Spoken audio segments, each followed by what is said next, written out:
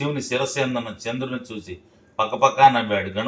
అందరికీ welcome back to another new video. ఈ video వచ్చేసి episode 4 of Vinayaka Chavithi celebrations. మా ఇంటి బొజ్జ గణపతిని మేము ఎలా పూజించుకున్నాం అనేది ఈ వీడియో వచ్చేసి.